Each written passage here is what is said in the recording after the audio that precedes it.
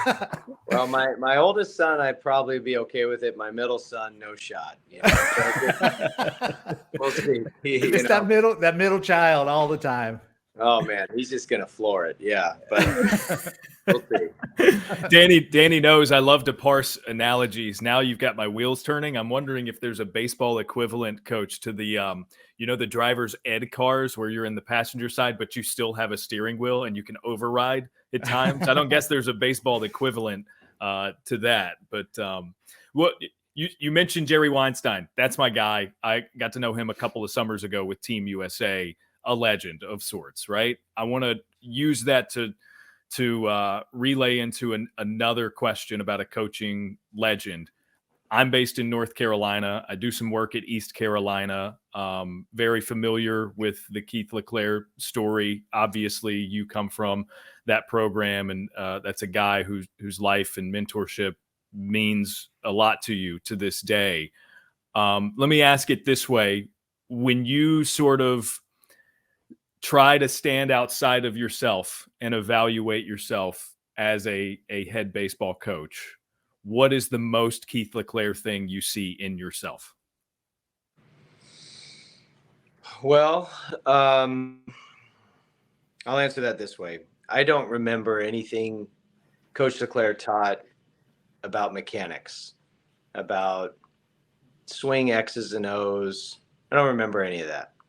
I remember him making the entire team and every individual player feel like they were 10 feet tall and bulletproof. He had this superpower of getting a group of guys with all different backgrounds from all different parts of the country. I was from California. We had guys from Canada. We had guys from all over the Eastern Seaboard, and made everybody feel like they were one tight circle. And that, to me, was maybe his greatest quality, was to truly mold and shape a team into a team, and guys pulling the rope in one direction. And so I think if there's anything I try to emulate from him, it's that ability to create that tight circle that he was able to create, because our teams at East Carolina weren't the most talented on paper, but we did some pretty special things because we just felt like we were unstoppable. And I think when you get a team confident, they have a chance to be unstoppable. I'm getting chills right now. I don't know where to go from there. That is amazing. I feel like that's how Ron Frazier was. Same exact way. Coach, I got one last thing on the lighter side again. How often do you eat at the Cajun Cafe in right field? Well, every game, if possible. Yeah. Every day, if I could. Those guys, they know how to cook. Guys and girls, I should say. That's a party. I think we need to figure out how to create a Cajun Cafe environment in all of Doug Kingsmore Stadium, because that is one thing that is unique to our facility that is truly special. And we need to make that. We need to blow that up and make it as big as possible, because that is one of the coolest, most unique things at this stadium. Yeah, years back, I did a game probably in the early about 2011, 2012.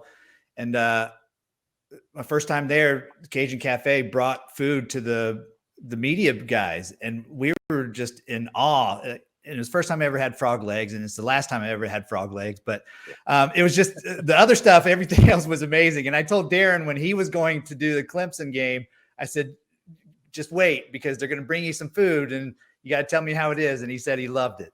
Yeah. I didn't know you could do a fried bologna sandwich, but I guess you can. I mean, they got it all out there. You can fry anything. Oh yeah, it's awesome. They can really cook, and it's cool. I know our players love it. Our staff loves it. We get a tray of food after every home game. It's big time.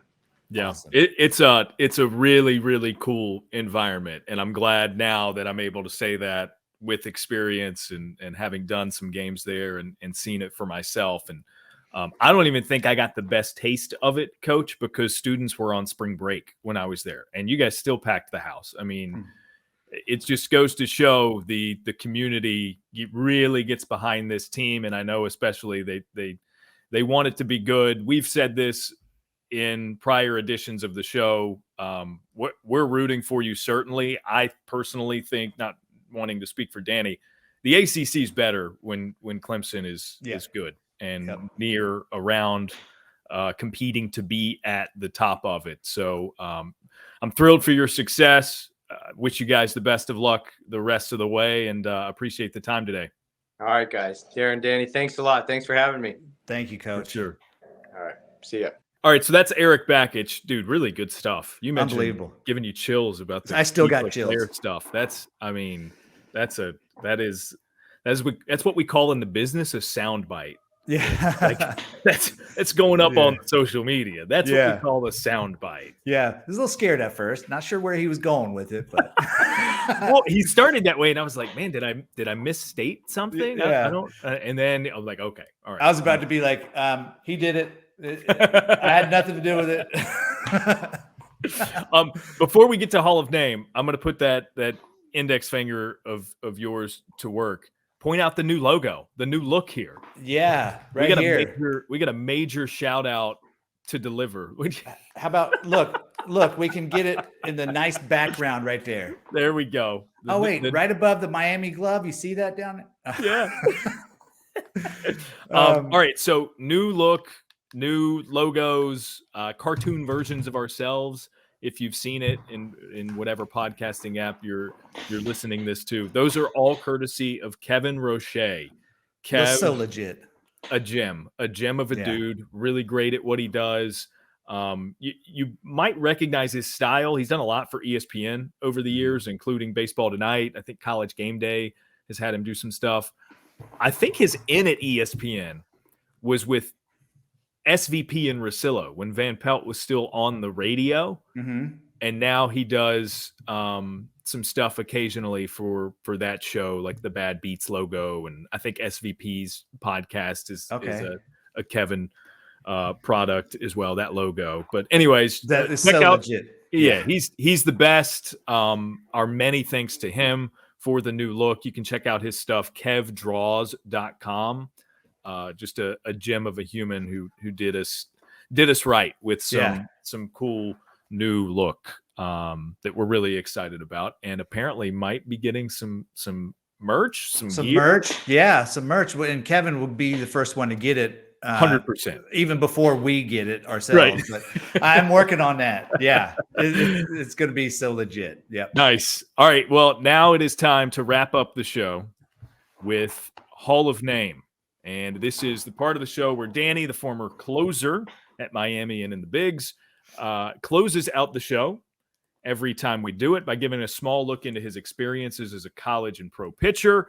Here's how it goes. I pick a former teammate of his from any level. That could be Team USA, University of Miami, the Cincinnati Reds, New York Mets, minor league teammates are Cleveland, in there too. Indians / Guardians. Cleveland as well. I skipped them, but that's where it was at the beginning of your career. So I pick a former teammate. I say the name of that former teammate, and then Danny has to tell us a story. The first one, an interaction, anecdote, awkward conversation that comes to mind. Just whatever spews out. Whatever spews out, that's what we get. It's time for Hall of Name with Gravy. Yeah, let's do it. Who am I going to go with? Here we go. I know you're thinking a little too hard right now. I see you staring at a list. I would love to see this list one day. It's in a Google Doc. I should share it at some point. Just go like this, Darren. Look, just go. I need to come up with a creative way to randomize it. I would love to get just like a board of all these names and throw a dart at it, and whichever one it hits, that's the one we go with. That's what we work on in the off season. Yeah, that's we should do that for next year. 100%. All right, let's go. So last time we did Mike Piazza, right? And then Sean Casey, because we did a double edition. We're just going to do one this time around. I think I'm going to go with another Reds teammate here. And I want to go with Here's a Hall of Famer we have not done yet. Uh-oh. Barry Larkin. Yeah. Barry Larkin. Okay, so Barry believe it or not, was the very first person that introduced himself to me when I got called up to the Reds. So 1997, I got traded from Cleveland. And so I go to AAA, Cincinnati's AAA, which is Indianapolis. So I stay there for a couple weeks. I get called up in August, and I meet the team in Colorado. So I walk into the clubhouse and I'm just looking around, and this is kind of their rebuilding type season going on. And I see Barry, and I'm like walking around, and I'm like, dude, this is Barry Larkin. Because when I grew up in Valrico, Florida, where Brock Wilkin is from, actually, right outside Tampa. And Plant City was the spring training site for the Reds at that time. So we would go to a lot of spring training games, and even their single A team, Tampa Tarpons, were there. So in the mid 80s, I'd go to all those games. And so, of course, Barry Larkin, I'm like, this dude is a legend. And I can't believe that I'm in the same clubhouse with him. So I was walking by and just trying to be nonchalant. I kept walking by and I wasn't going to say anything.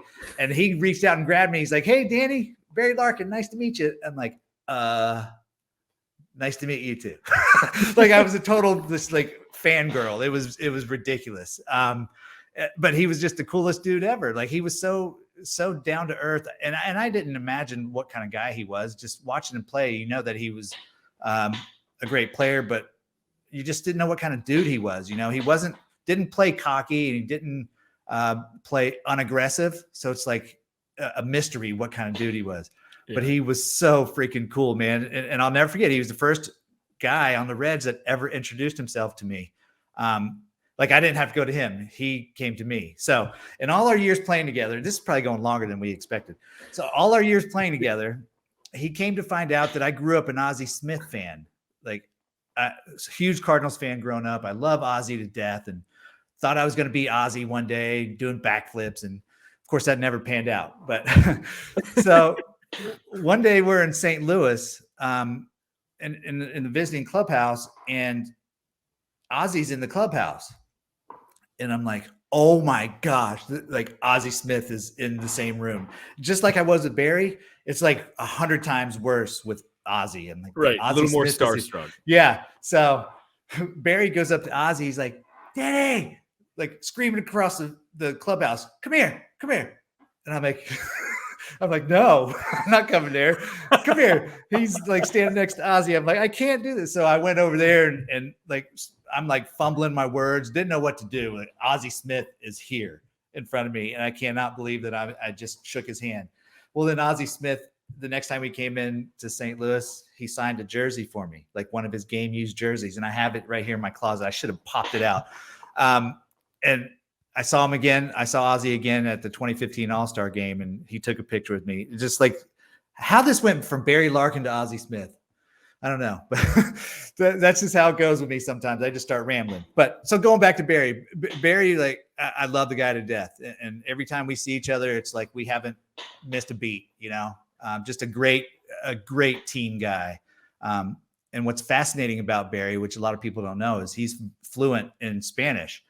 When he came up in the minor leagues, he made himself roommates with only Latin players.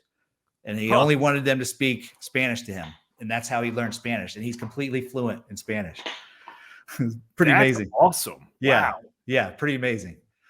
Yeah. That's got me feeling bad about slacking on my Duolingo daily exercises for Spanish. You know? Well, the key is to go hang out with Spanish reporters then and have them only talk to you in Spanish. That's it. You just, drown yourself in it, and eventually you become a fish, I guess, is how that goes. That's a bad analogy. No, I see what you mean with it. Yeah. Great way to finish the show with a bad analogy. Very. Sorry. My ranting kind of threw you off a little bit. No, it's all good. Oh, I mean, dude, Ozzie Smith, that's an incredible way to meet him, right? I mean, to have Barry Larkin. I mean, look, we've talked before about when the dudes are the ones introducing you to other dudes. Yes. Just like it was Jack Leggett introducing me to Erik Bakich for the first time. Instant credibility. So that's what you've got with Ozzie, I'm sure. And you know what? Another thing about Barry, real quick too, like he was the first 30-30 shortstop in Major League Baseball in history, 30 home runs, 30 stolen bases. So he would, on his gloves, he had a Wilson contract, and it would say 95 MVP, 30-30 club, and whatever, like all his accolades. So when he'd get new gloves in spring training, he would pass them out to certain guys and say, hey, break this in for me, because, I just don't have time to do it. So Yeah. he gave me one to break in, and it's gray, and I still have it. I have it hung up in a frame in my son's room. It's gray. Barry Larkin has all the accolades, and I've used it before, but like he never asked for it back. He's like, you can keep it. I'm like, what? I said, I can keep this. So yeah, that's the thing. Like Barry was so generous too. Like he didn't care. Like he's like, I can get another one. I'm like, I bet you could. Yeah, I bet you could. Bet you could, Barry. Mm-hmm. Yeah. All right. So that's Hall of Name with Danny Graves. Excellent stuff as always. Really good stuff out of Erik Bakich. Amazing. Today. Just we continue to hit home runs with these coach interviews. We're lucky because it's a good crop of them in the ACC. But 100%. All right, you got to get to doing another show, so we'll let you do that. We got our shout out to Kev Roche, and go check out his stuff on kevdraws.com. Have him, maybe doodle a cartoon of you. That'd be cool of you. I'm sure he would appreciate your business. We're on Twitter, Instagram, YouTube at ACCBSBETC on all of those. Remember to rate, review, subscribe, like whatever the platform calls for. We're on Apple, Spotify, wherever you listen. 5 stars only, of course. That's it. And comments that are appropriate for air, and we'll read them on the show. We're behind on those. We'll get to that next time. We've had some lengthy stuff that has taken up all of our time. Yeah, and Phil, we still owe him. So Phil, it's coming. I think it's Phil that gave us the rating before. Yep. Yeah, we got a couple more to get to, so we'll get some signed stuff out.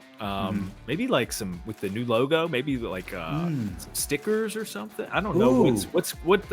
We'll figure out something. So whatever makes sense, we'll come up with. Yeah. But, all right. He's Danny Graves. Swag. We'll have some swag. Swag guaranteed next time around. That's right. He's Danny Graves. I'm Daron Vaught. We will hit you guys next time.